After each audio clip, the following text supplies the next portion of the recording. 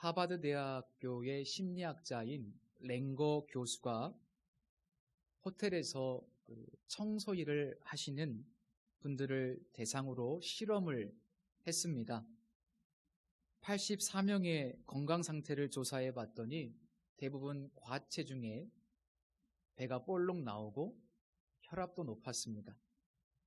그런데 그분들이 하루에 평균 15개의 방을 청소하시는데 운동량을 보니까 시트를 가는데 평균 15분, 40칼로리를 소모하고 또 진공청소기를 들고 청소하는데 약 15분, 그래서 50칼로리를 소모하고 욕조를 닦는데 15분, 60칼로리를 소모하는 것으로 조사가 되었습니다. 즉 15개의 방을 청소하게 되면 땀을 뻘뻘 흘리면서 약 2시간 이상을 운동하는 효과를 볼 수 있다는 결과입니다. 그런데도 놀랍게도 이런 병들에 걸리는 것이 굉장히 이상했습니다. 문제는 이 청소를 하시는 분들이 그 일을 스스로 노동으로 생각을 했기 때문에 운동 효과가 나타나지 않았다는 겁니다. 그래서 두 그룹으로 나누어서 한 그룹에는 자신들이 하는 일이 얼마나 운동이 많이 되는지를 알려주고 또 다른 한 그룹에는 전혀 그런 내용을 알려주지 않았다는 겁니다. 실험을 한 거죠. 그래서 어떤 결과가 나왔을까요? 예상하시는 대로 청소를 할 때마다 이게 나에게 운동이 된다고 생각하신 분들은 건강해지고 다이어트 효과도 나타났습니다. 그러나 반대로 청소하면서 늘 지겹고 이게 힘든 노동이라고 생각한 분들에게는 독소가 쌓이게 되었다는 겁니다. 와칭이라는 책에 나오는 한 이야기인데 이 책의 요지는 그렇습니다. 자신을 좀 객관화시켜서 바라보라. 때로는 내가 느끼는 주관적인 나가 아니라 나에게 일어나는 일들을 좀 객관적으로 바라볼 수 있다면 우리의 삶에 이렇게 놀라운 일들이 일어날 수 있다. 놀라운 변화들이 시작될 수 있다라는 내용입니다. 예수님께서 사역하실 때 그분이 하신 놀라운 기적들과 참으로 권위 있는 말씀들을 보면서 아무런 편견과 선입견이 없이 그 기적을 보고 말씀을 듣고 그래서 예수님을 대했던 사람들은 진짜 메시아를 만나게 되었고 그분을 통해서 큰 복을 누렸습니다. 그런데 아시다시피 아무리 놀라운 능력을 행하시고 정말로 권위 있는 말씀을 선포하셔도 한낱 목수의 아들이네, 나사렛 사람이네, 이런 주관적인 편견, 선입견을 가지고 예수님을 대했던 사람들은 시험에 들기도 했고 또 예수님을 통해서 축복을 누리지도 못했고 오히려 결정적인 순간에는 예수님을 반대하는 쪽에 서기도 하는 그런 모습을 우리가 성경에서 봅니다. 오늘 읽은 내용을 보면서 이런 생각이 들었습니다. 스데반을 통해서 주어지는 하나님의 말씀, 그 논쟁 속에서 스데반이 선포했던 객관적인 성경을 잘 해석해서 전했던 그 하나님의 말씀을 듣고 설득이 되었다면 얼마나 좋았을까. 설득되지 않고 논쟁하게 되고 급기야 스데반이 고발당하게 되고 나중에는 순교하게 되는 그런 안타까운 일도 발생하게 되지요. 스데반이라는 사람이 있었는데요. 이 이름은 면류관이라는 뜻입니다. 부모님께서 아주 좋은 이름을 지어주셨습니다. 이분은 저 이집트의 알렉산드리아 출신의 디아스포라 유대인으로 알려져 있습니다. 5절 말씀에 보면 지난주에 나눴던 말씀인데 스데반은 믿음과 성령이 충만한 사람이다 이렇게 표현되어 있고 또 본문 8절 말씀에 보니까 그는 은혜와 권능이 충만한 사람이었다라고 수식하고 있습니다. 한마디로 표현하면 그냥 성령 충만한 사람, 정말 예수님은 닮은 사람 이렇게 아마 정의할 수 있지 않을까 생각됩니다. 하나님은 처음 교회에서 특별히 이 구제와 섬김 사역을 위해서 뽑은 스데반을 통해서 민간에 놀라운 기사와 표적을 행하셨다라고 기록되어 있습니다. 전에 한번 말씀드린 것처럼 이런 사도들을 통해서 기사와 표적이 많이 나타나게 되는데 그것은 어떤 목적인가 하면 그 기사와 표적을 통해서 생명의 말씀이 사람들에게 증거되도록 하시기 위한 목적. 그러니까 기사와 표적이 목적이 아니라 복음을 위한 수단이었다는 것을 말씀드린 적이 있습니다. 그러니까 8절 말씀을 통해서 추측해 보면 스데반은 구제 사역과 섬김 사역도 굉장히 열심히 했었을 것이고, 그러나 그 사역만 한 것이 아니고 복음을 전하는 사역, 생명의 말씀을 전하는 사역도 정말 신실하게 했다는 것을 발견할 수 있습니다. 여기서 우리는 깨달아야 돼요. 우리가 교회 안에서 어떤 직분 또 어떤 역할을 감당할 수 있지 않습니까? 그런데 그 직분과 역할보다 더 중요하고 모든 그리스도인들이 날마다 집중해야 되는 중요한 사명이 있는데 그것은 바로 복음을 전하는 것입니다. 복음을 전하는 거예요. 여러분 한 주간 동안 복음 전하는 삶을 사셨습니까? 우리가 복음을 위해서 기도하셨습니까? 복음을 전하기 위해서 이웃을 섬기셨습니까? 그런 모든 것들이 복음을 전하는 일이죠. 스데반이 그 어떤 일보다 복음을 전하기 위해서 그렇게 애쓰고 몸부림쳤을 때 성령께서 스데반을 통해서 민간에 놀라운 기사와 표적들을 허락하시고 그 복음이 수월하게 전달될 수 있도록 하나님께서 역사하셨던 겁니다. 자, 스데반이 복음을 전하면서 있었던 일이 9절 이하에 기록되어 있는데요.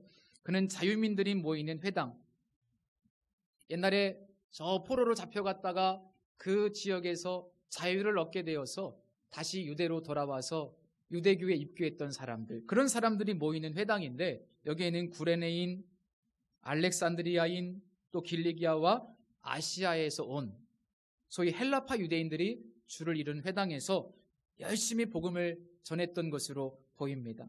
근데 사실 스데반은 바로 이 자유민들의 회당에 소속된 사람이었었고요. 그리고 예수님을 믿게 된 이후에는 오히려 그들에게 찾아가서 열심히 복음을 전했던 겁니다.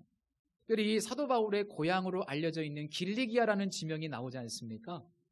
그래서 저는 추측하건대 이 스데반과 논쟁을 한 사람들 가운데 젊은 시절에 사울, 그러니까 예수 믿기 전에 사도 바울이 회당 가운데서 스데반과 논쟁을 했을 가능성이 굉장히 크다. 왜냐하면 나중에 스데반이 순교당할 때 랍비였던 사도 바울이 주모자의 역할을 감당하거든요. 이 스데반을 죽이는데. 그리고 나중에 이 기억은 굉장히 충격적인 사건으로 사도 바울의 인생 가운데 두고두고 회개하며 하나님 앞에 용서를 구했던, 그리고 그런 자를 찾아오시고 만나주셨던 하나님의 놀라운 사랑을 경험하게 되는 그런 과거가 됩니다.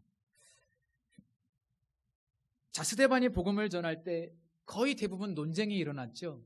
성경 말씀에 보니까 이 스데반이 얼마나 성령이 충만한지, 얼마나 지혜가 충만한지, 성경에 약속하신 것처럼 너희가 누군가에게 끌려가서 사람 앞에 서서 변론하게 될 때 내가 너희들에게 입술에 할 말을 주시겠다, 생각나게 하겠다라고 약속하셨는데 그 약속을 그대로 이루어 주십니다. 그래서 스데반이 어디를 가든지 능히 그들이 당하지 못했다. 그들은 당할 수가 없었습니다. 스데반의 그 논리적인 구변과 또 객관적으로 구약의 성경 말씀을 쭉 해석해서 나사렛 예수가 메시아다라고 하는 이 메시지를 전달할 때 아무도 당해내질 못했어요. 논리적으로 반박할 수가 없었습니다. 그래서 그들은 스데반을 죽여야겠다 이런 생각을 하죠. 그리고 급기야 예수님을 죽일 때 썼던 아주 비열한 방법, 사람을 매수해서 고발하는 거짓 증인을 세우는 그런 더러운 방식으로 이제 스데반을 죽이려고 합니다. 스데반의 죄목 역시도 비슷해요. 신성모독죄. 그의 죄목이 성경에 기록되어 있습니다. 13절, 14절 이하의 말씀입니다. 이 사람이 이 거룩한 곳과 율법을 거슬러 말하기를 맞이 아니하는도다. 그의 말이 이 나사렛 예수가 이것을 헐고 또 모세가 우리에게 전하여 준 규례를 고치겠다 함을 우리가 들었노라. 그러나 사실 아시다시피 이 고소의 내용은요 완전히 거짓입니다. 예수님은 이제 당신께서 성전을 대신하는 존재라고 말씀하셨죠. 진짜 성전은 헤롯 성전이 아니라, 눈에 보이는 저 화려한 성전이 아니라 예수님이라고 말씀하셨습니다. 그리고 율법을 폐하러 오신 것이 아니라 율법을 완성하러 오셨다고 말씀하셨죠. 그리고 천지가 없어지기 전에는 율법의 1.1획도 사라지지 않을 것이다 라고 분명히 말씀하셨지 않습니까? 그래서 이 말씀을 보면 메시아가 이 땅에 오시기까지 하나님의 계획이 있었어요. 그 장구한 역사 속에서 하나님께서 이 구속의 역사를 이루어 가시는데, 성전이라고 하는 것도 잠시 하나님의 역사 속에서 쓰임 받았던 것뿐입니다. 쓰임 받았어요. 그리고 하나님의 목적이 끝났어요. 그리고 율법이라고 하는 것도 목적이 있었고 하나님의 구속 역사에서 잠시 쓰임 받았던 거예요. 지났습니다. 그것은 최종적인 것이 아니었습니다. 최종적인 것은 바로 예수 그리스도. 그분이 성전과 율법과 구약의 모든 것의 최종 목적지, 종착역이었던 겁니다. 그런데 그들은 과거에 집착을 했어요. 그 메시지를 용납할 수 없었어요. 그 이유는 무엇인가 하면 이스라엘 백성들의 그 선민의식, 그리고 무엇보다도 이스라엘의 정치적인 독립과 회복, 이게 마음의 소원이었어요. 그리고 더 중요한 한 가지 내용은 그들이 갖고 있었던 이 엄청난 종교 권력과 기득권. 아시다시피 기득권자들은 변화를 싫어합니다. 용납하지 않죠. 그런데 사실 나사렛 예수가 메시아라는 것과 성전과 이 율법의 기능에 대해서 구약 성경을 객관적으로 해석해 보면 충분히 받아들일 수 있고 납득할 수 있습니다. 그런데 그들은 이런 여러 가지 이유들 때문에 여전히 성경을 객관적으로 보기를 싫어합니다. 종종 그럴 때가 있어요. 우리 성도님들이 말씀을 보실 때 종종 성경을 너무 지나치게 주관적으로 자기중심적으로 해석해요. 어떤 사건을 보면서 지나치게 자기중심적으로 해석할 때가 많아요. 좋습니다. 그러면 목사의 말을 들으면 참 좋겠습니다. 조금 더 제가 신학을 공부했잖아요. 그래서 제가 성경을 연구하는 사람이잖아요. 그런데 마음을 닫으면 대책이 없습니다. 들으려고 하지 않으면 대책이 없어요. 이들은 들으려고 하지 않는 거예요. 듣고 싶지 않습니다. 왜? 지금 내가 기득권을 누리고 있는데.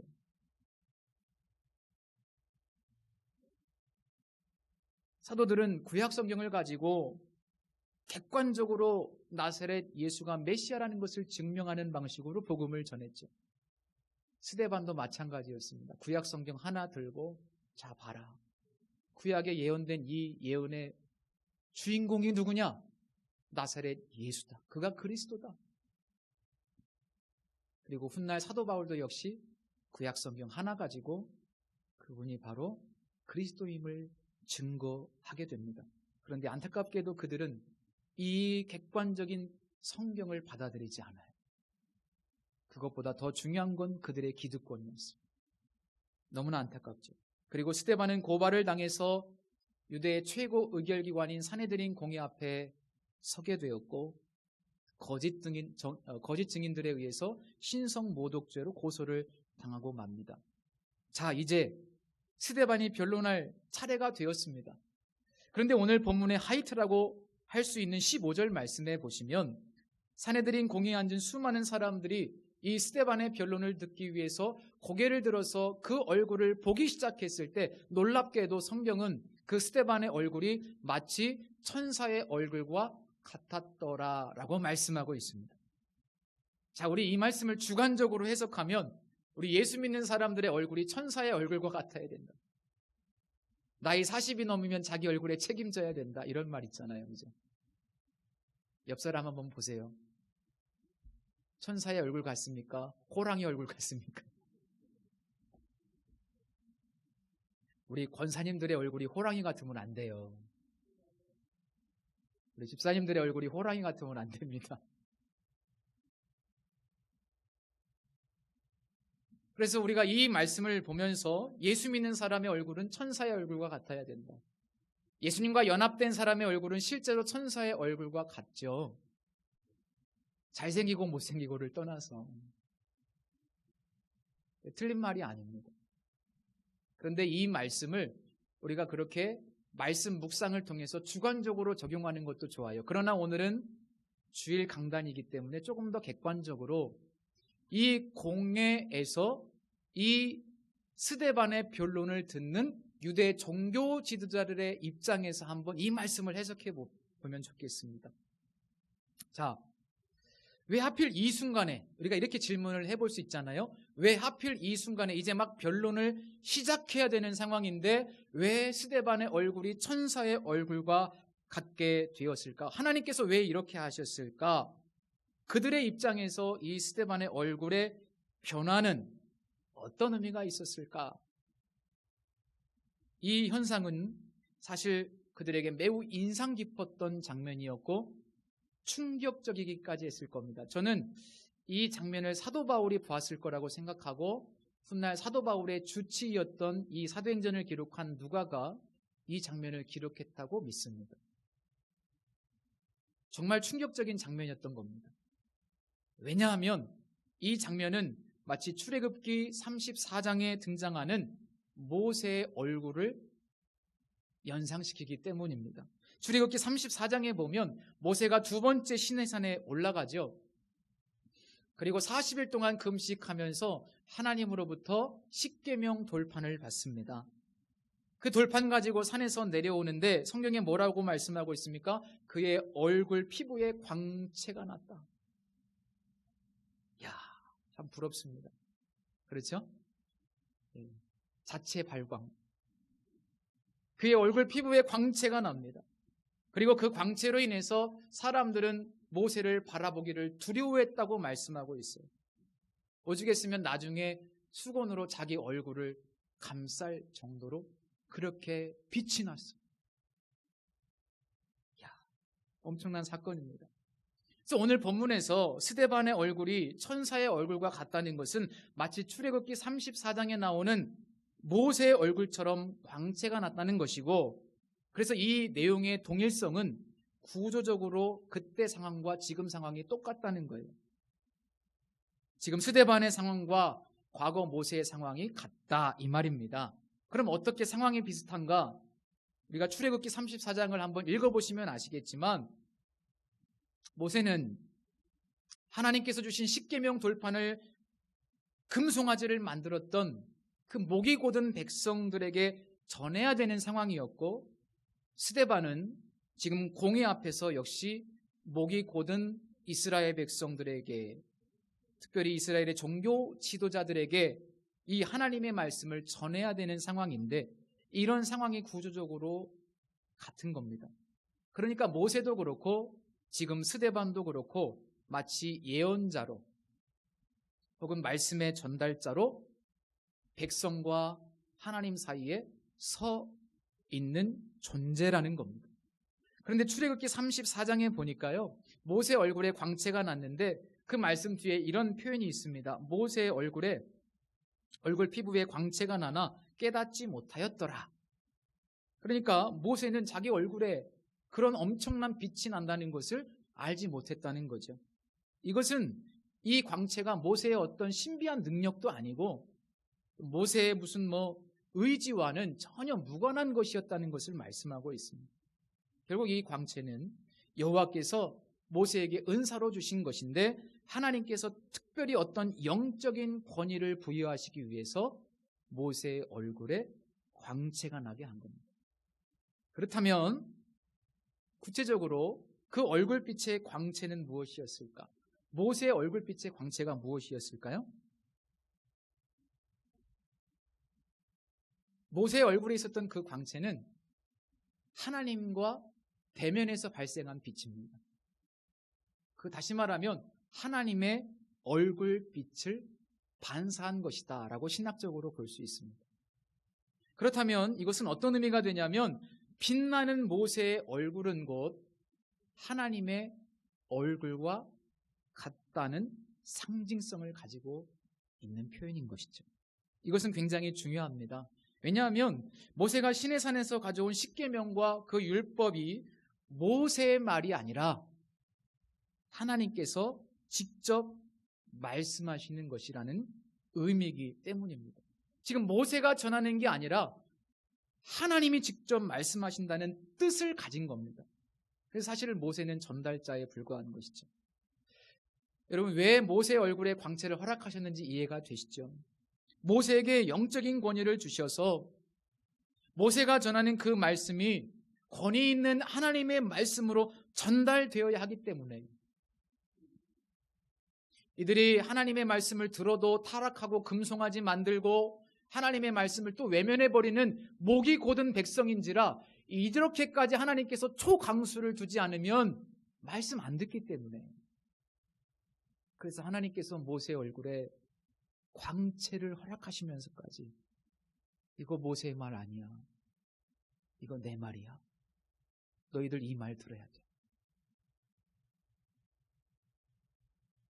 그래서 마치 스데반의 얼굴에 천사의 얼굴처럼 이렇게 빛이 난 것은 스데반 자신도 몰랐고, 이렇게 빛을 허락하신 이유는 딱 한 가지, 유대의 종교 지도자들, 지금 그 앞에 서 있는 강팍한 자들, 목이 곧은 자들, 그 백성들이 지금부터 시작되는 이 스데반의 변론을 듣고 이 말이 스데반의 말이 아니라 하나님의 준엄한 말씀으로, 하나님이 마치 직접 말씀하시는 음성으로 듣기를 바라시는 심정으로 하나님께서 그 변론의 순간 스데반의 얼굴에 광채를 허락하신 겁니다. 그렇게 하면 모세오경을 붙들고 살아가는 이 유대의 종교 지도자들이 적어도 출애굽기 34장 말씀을 기억하면서 모세 이야기를 떠올리면서 두렵고 떨림으로 이 순간 하나님의 말씀으로, 하나님이 직접 말씀하시는 음성으로 드렸으면 하는 그런 하나님의 마음이, 하나님의 의도가 이 말씀 속에 있는 겁니다. 성도 여러분, 우리는 강단에서 선포되는 이 말씀을 하나님의 말씀으로, 하나님께서 직접 말씀하시는 것으로 정말 두렵고 떨림으로, 경외함으로 받으시고 계시나요? 우리 이 말씀을 진짜 하나님께서 우리에게 주시는 말씀, 내게 주시는 말씀으로 받고 두렵고 떨림으로 우리의 태도를 고치고 있습니까? 하나님은 계속해서 말씀하시는 하나님이시고 정말 분명한 한 가지 진리는 하나님의 말씀에 대한 우리의 태도가 우리의 인생을 결정한다는 사실입니다. 실력 중요합니다. 능력도 중요해요. 노력도 중요합니다. 그러나 가장 중요한 것은 하나님의 말씀에 대한 태도, 그것이 우리의 인생을 죽고 사는 것을 결정합니다. 이제 스데반을 통해서 선포되는 말씀을 하나님의 말씀으로 받고 그 책망을 하나님의 준엄한 책망으로 받아서 회개하면 사는 것이고, 회개하지 않으면 망하게 되는 거예요. 반복하여 말씀드리지만 하나님의 말씀을 대하는 태도가 우리 인생을 결정하기 때문에, 나아가 하나님의 말씀을 대하는 태도가 곧 하나님을 대하는 태도이기 때문에 여러분, 말씀을 대하는 태도는 너무나 중요합니다. 이건 하나님을 대하는 태도입니다. 무슨 강연 들으러 오신 게 아니잖아요. 하나님을 만나는 시간, 정말로 어떻게 보면 두렵고 떨리는 시간이죠. 영국의 치유사역자인 데릭 프린스 목사가 이런 얘기를 했습니다. 하나님의 말씀에 대한 당신의 태도는 하나님에 대한 당신의 태도이다. 당신이 하나님의 말씀을 사랑하는 것 이상으로 하나님을 사랑할 수는 없다. 하나님의 말씀에 순복하는 것 이상으로 하나님께 순복할 수는 없다. 하나님의 말씀을 공경하는 것 이상으로 하나님을 공경할 수는 없다. 하나님의 말씀에 드리는 자리 이상으로 당신의 심령과 생명에 하나님을 위한 자리를 드릴 수는 없다. 맨날 우리가 하나님 사랑한다고 해봐야 말씀하고 무관하면 거짓이라는 거예요. 여러분, 우리가 아무리 하나님께 입술로 고백한다고, 내가 하나님을 공경한다고 말해도 하나님 말씀 무시하면 다 거짓이라는 거예요. 그걸 넘어갈 수 없어요. 말씀에 대한 태도 그 이상을 넘어갈 수 없는 겁니다.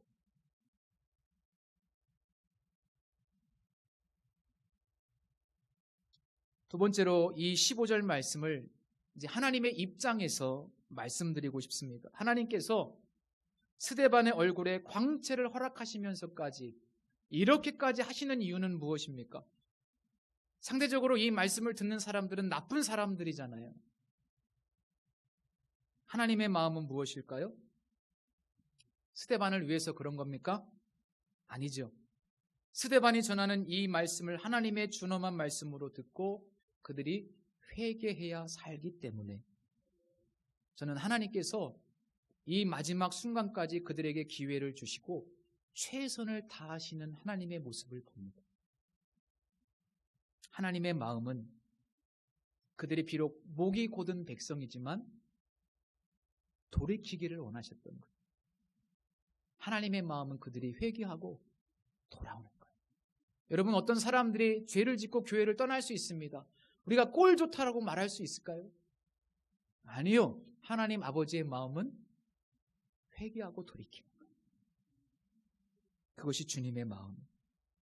저는 하나님께서 마치 이 순간에 스데반의 얼굴에 광채를 허락하시면서 이렇게 말씀하시는 것처럼 느껴졌어요. 지금 스데반을 통해 전달되는 이 말은 스데반의 말이 아니야, 내 말이야. 내가 이렇게까지 너희들이 분명히 알 수 있는 상징을 통해서 최선을 다해서 기회를 주는데 정말 너희들 깨닫고 회개하고 돌이키기를 원한다. 이 목이 곧은 유다 종교 지도자들아, 이 말을 모세가 전해준 말씀처럼 내 음성으로 들어야, 이걸 내 말로 들어야 너희들이 사는 거야.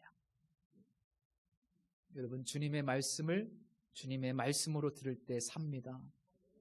분명합니다. 그래서 저는 마치 천사와 같은 이 스데반의 얼굴 속에서 그럼에도 불구하고 목이 곧은 백성들을 향하여 목이 터져라 말씀하시고 끝까지 사랑하시는 하나님의 끝없는 사랑을 봅니다. 저는 이 스데반의 모습을 보면서 하나님의 위대한 사랑을 봅니다. 마찬가지로 오늘도 연약한 우리들에게 말씀을 허락하시는 이유, 우리가 다 하나님 마음에 합한 삶을 살지 못했지만 그러나 오늘 이 자리에 다시 모여서 말씀을 들을 수 있는 기회를 또 한 번 주시는 이유, 역시 하나님 우리를 사랑하시고 우리가 돌이키기를 원하시기 때문에 제발 좀 돌이키라고 하나님께서 다시 한번 오늘 우리에게 이 말씀을 허락하시는 줄로 믿습니다. 그리고 그 이면 속에는 하나님의 끝없는 사랑이 있습니다.